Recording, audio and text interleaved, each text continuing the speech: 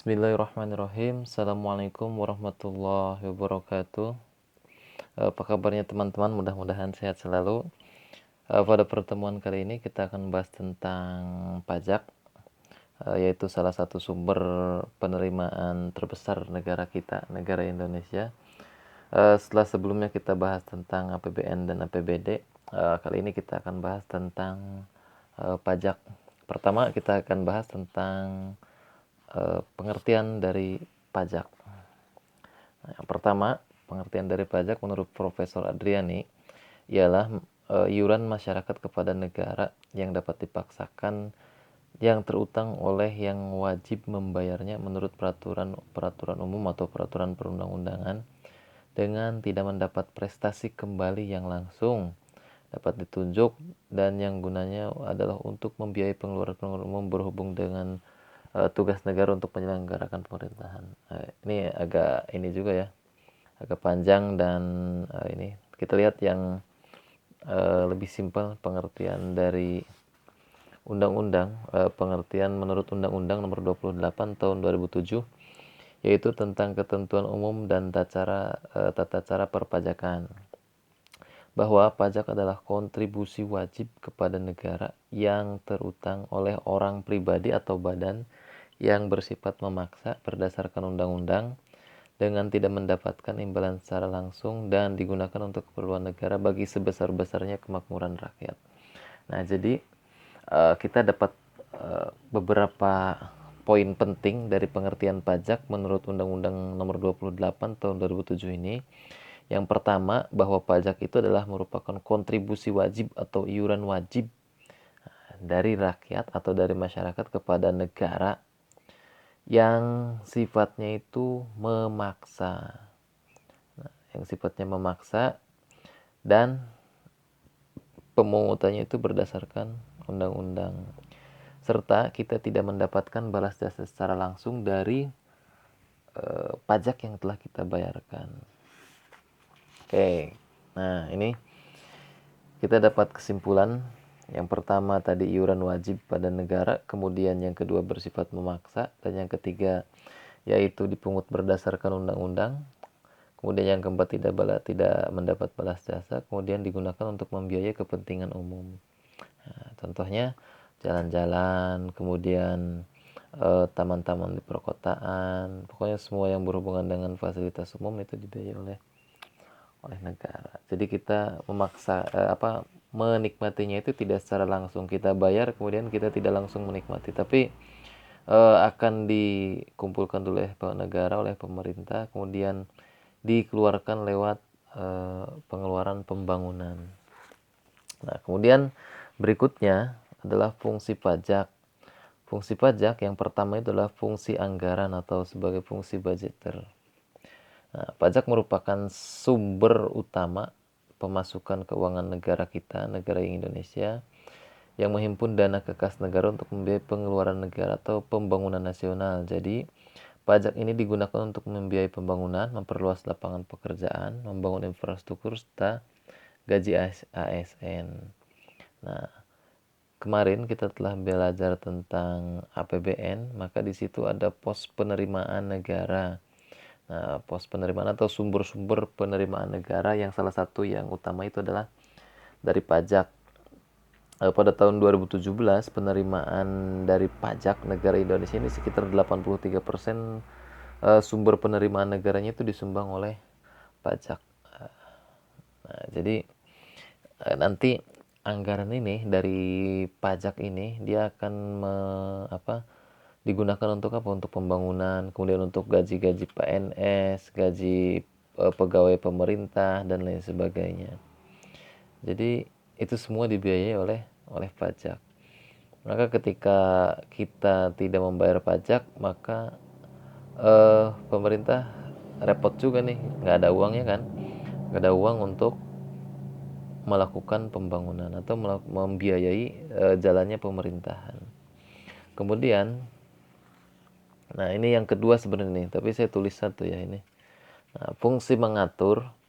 Nah, pajak digunakan sebagai alat untuk mengatur atau melaksanakan kebijakan negara dalam lapangan ekonomi dan sosial. Nah, fungsi mengatur tersebut yang pertama, memberikan proteksi terhadap barang produksi dalam negeri, misal pajak pertambahan nilai. Nah, jadi eh, kenapa perlu diproteksi produk-produk dalam negeri? Jadi ketika produk dari asing itu masuk ke kita, maka dia dikenakan pajak yang sangat tinggi. Tujuannya untuk apa? Untuk melindungi produksi-produksi dalam negeri supaya bisa bersaing dengan produk-produk dari luar negeri. Dan produk luar negeri kadang mengalami kesulitan untuk masuk ke negara kita karena biaya pajak yang terlalu tinggi. Misalkan eh, mobil-mobil yang datang dari luar negeri. Nah, yang mobil-mobil mewah itu atau onderdilnya yang didatangkan langsung dari luar negeri, nah itu eh, ada proteksi. Jadi ada pengenaan pajak yang tinggi supaya apa? Supaya melindungi produsen-produsen yang ada di dalam negeri. Nah, kemudian pajak juga digunakan untuk menghambat laju inflasi. Kenapa bisa digunakan untuk menghambat laju inflasi? Nah, kita tahu pajak ini adalah salah satu instrumen fiskal. Jadi ketika kita apa apa inflasi yang cukup tinggi, maka pemerintah meningkatkan meningkatkan pajak supaya uang yang beredar di masyarakat itu tidak terlalu banyak. Uang yang digunakan di masyarakat juga tidak terlalu banyak sehingga pemerintah menariknya dalam bentuk pajak. Nah, jadi supaya inflasinya itu bisa dikendalikan. Kemudian yang ketiga, pajak digunakan untuk mendorong ekspor. Misal pajak barang ekspor itu 0%. Nah, jadi kalau yang tadi kita memberikan pajak impor yang cukup tinggi, kemudian kita untuk melindunginya supaya produk kita bisa dijual ke luar negeri, maka kita menetapkan pajak barang ekspor itu 0%. Nah, kemudian untuk menarik dan mengatur investasi modal untuk perekonomian yang produktif. Jadi ketika ada investor atau para orang-orang yang punya uang ini ingin menginvestasikan dananya di sektor-sektor produktif, maka pemerintah memberikan aturan untuk yang fungsi ini ya, menurunkan pajaknya atau pajaknya itu rendah. Nah, ketika pajak rendah, orang-orang akan memulai investasi ini menarik nih. Ketika pajaknya rendah gitu kan, kita tanamkan saja uangnya, kita putarkan di sektor-sektor yang produktif daripada tidak digunakan, lebih baik diinvestasikan karena mumpung pajaknya lagi murah. Nah, kemudian yang ketiga, fungsi pemerataan atau fungsi distribusi.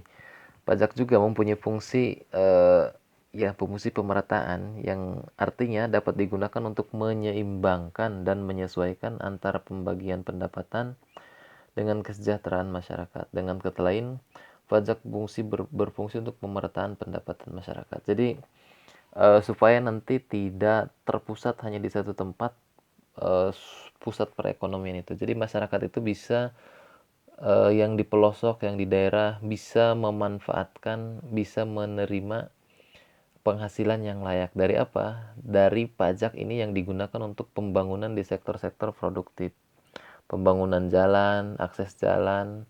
Ketika akses jalan baik, maka orang-orang ini kan untuk investasi pabrik. Nah, karena sekarang jalannya sudah bagus, maka banyak dibangun pabrik-pabrik. Nah, misalkan sekarang karena di Jakarta atau wilayah-wilayah penyangganya sudah banyak pabrik dan sudah terlalu tinggi juga, maka pemerintah membangun jalan. Dari apa? Dananya dari pajak. Membangun jalan, kemudian ketika akses jalan gampang, banyak didirikan pabrik-pabrik untuk mensejahterakan masyarakat lingkungan sekitar pabrik. Nah, jadi panjang ini urutannya. Kemudian berikutnya adalah manfaat pajak. Nah, pajak yang dikumpulkan dari masyarakat tentunya sangat bermanfaat bagi kesejahteraan masyarakat itu sendiri. Nah, ini salah satu contoh atau beberapa manfaat dari pajak. Yang pertama itu belanja pegawai meliputi ASN, polisi, dan TNI. Jadi pemerintah ketika punya uang dari pajak, dia gampang nih ngegaji PNS, ngegaji polisi, TNI, dan lain sebagainya, pegawai-pegawai pemerintah. Nah, itu kan digajinya dari mana? Dari pajak kan. Nah, ketika pajaknya ada, maka gampang nih ngegajinya. Kemudian yang kedua, pembangunan sarana umum seperti jembatan, jalan raya, sekolah, rumah sakit, terminal, bandara, irigasi, pertanian, dan pasar. Banyak ya yang bisa dibiayai oleh pajak. Kemudian menjadi sumber pembiayaan alat keamanan negara dengan tujuan menciptakan rasa aman bagi masyarakat. Yang keempat, memberi subsidi seperti subsidi pupuk, bahan bakar, dan subsidi listrik. Nah, ini pemerintah menarik pajak juga, namun juga memberikan subsidi. Walaupun akhir-akhir ini subsidinya itu sedang dikurangi karena pemerintah sedang banyak fokus kepada hal-hal yang lebih produktif katanya. Karena subsidi ini kadang-kadang seperti subsidi bahan bakar tidak tepat sasaran juga kata pemerintah. Maka subsidi untuk bahan bakar dialihkan untuk pembiayaan pembangunan yang lebih produktif. Seperti itu. Kemudian ini juga digunakan untuk membayar utang negara. Kemarin menurut beberapa berita media berita online, utang kita bertambah hingga mencapai 6.000 triliun semasa pandemi ini. Luar biasa ya. Nah, jadi kita ketika membayar pajak, salah satunya ini digunakan untuk membayar utang negara. Kemudian yang keenam ini menyediakan fasilitas bantuan beras, kesehatan, pendidikan gratis bagi masyarakat yang kurang mampu. Nah, ini luar biasa nih. Walaupun dari penyediaan beras, sembako, dan lain sebagainya kita masih punya banyak masalah dari proses pendistribusian kepada masyarakatnya. Begitupun dengan kesehatan dan juga pendidikan yang sekarang hampir 1 tahun kita libur. Februari atau Maret ketemu hampir Maret lagi. Mudah-mudahan bisa segera kembali lagi ke pondok. Kemudian menciptakan proyek lapangan kerja serta pembinaan dan penyediaan modal bagi usaha kecil dan menengah. Ini jadi dari pajak. Nah, di bank-bank milik pemerintah seperti BRI, Mandiri, dan lainnya, bank-bank BUMN, ini ada program yang namanya kredit usaha rakyat. Nah, kredit usaha rakyat ini tujuannya nih untuk penyediaan modal. Tapi kadang-kadang ketika ini sudah disalurkan ke masyarakat, masyarakat ini menyalahgunakan yang seharusnya itu digunakan untuk modal usaha, mereka digunakan untuk kegiatan yang konsumtif. Jadi tidak produktif. Nah, ketika mau bayar repot, ditagih-tagih sama bank, padahal ini masalah yang diciptakan sendiri. Nah, kemudian tarif pajak.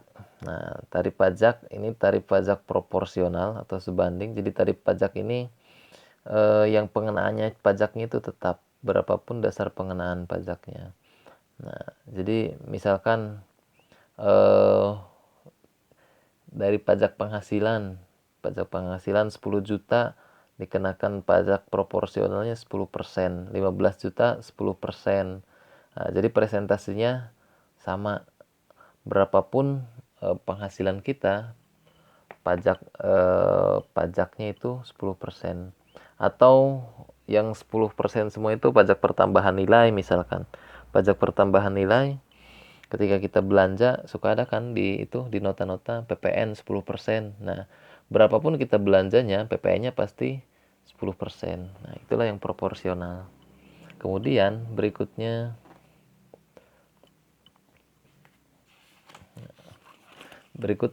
itu tarif pajak tetap. Nah, tarif pajak tetap adalah tarif pajak yang tetap untuk setiap dasar pengenaan pajak atau besar jumlah pajak yang dibayarkan itu sama. Nah, kalau yang ini yang proporsional ini kan sesuai proporsinya atau sesuai dengan dasar pengenaan pajaknya. Jadi misalkan PPN-nya itu 10%, kita belanja 1 juta, berarti kan cuma 100.000. Nah, kalau misalkan 2 juta, berarti dari 10% dari 2 juta yaitu 200.000 kan. Nah, kalau misalkan yang tarif pajak tetap ini, misalkan pajaknya itu ditetapkan 100.000. 100.000 ya ketika kita belanja 1 juta ya pajaknya 100.000. Ketika kita belanja 2 juta pajaknya 200.000. Pajaknya 100.000 tetap. Karena itu pajak tetap. Ketika kita belanja 3 juta ya pajaknya tetap 100.000. Nah, itu pajak tetap. Kemudian tarif pajak degresif atau menurun. Nah, tarif pajak ini adalah tarif pajak yang penaannya menurun seiring peningkatan dasar pengenaan pajak. Misalkan ketika kita belanja 1 juta, pengenaan pajaknya itu hanya 10% misalkan. Nah, ketika kita belanjanya lebih banyak lagi, maka pajaknya turun jadi 5%. Kemudian kita belanjanya nambah lagi, pajaknya turun jadi 3%. Nah, misalkan itu degresif. Jadi menurun pengenaan pajaknya. Kemudian yang terakhir dari pembahasan pertemuan pertama untuk materi pajak, ini adalah tarif pajak progresif, yaitu tarif pajak yang naik. Nah, tarif pajak progresif ini tarif pajak pengenaan pajak yang bertambah seiring peningkatan dasar pengenaan pajak. Kalau kalian punya motor satu, itu pengenaan pajaknya itu masih kalau nggak salah cuman berapa persen gitu. Coba lihat di STNK-nya 1% atau berapa. Nah, kemudian di motor kedua atau di kendaraan kedua, itu tarif pajaknya walaupun motornya dibuat di tahun yang sama, jenis motor yang sama, cc-nya sama, itu pengenaan pajaknya itu berbeda karena dia terkena pajak progresif. Begitupun ketika kita memiliki kendaraan ketiga, keempat, seterusnya itu pasti akan berbeda tarif pengenaan pajaknya. Nah, itulah yang dikatakan sebagai pajak progresif. Nah, ini materi kita tentang pajak. Kita akan sambung lagi di ini pajak. Nah, ini tentang pajak. Nanti kita akan sambung di pertemuan-pertemuan berikutnya, insya Allah. Dan jangan lupa jaga kesehatan selalu, jaga protokol kesehatan, jaga jarak, tetap rajin cuci tangan, banyak makan, banyak minum, biar tambah besar, tambah sehat ya. Oke, terima kasih. Ini materi kita kali ini tentang pajak. Assalamualaikum warahmatullahi wabarakatuh.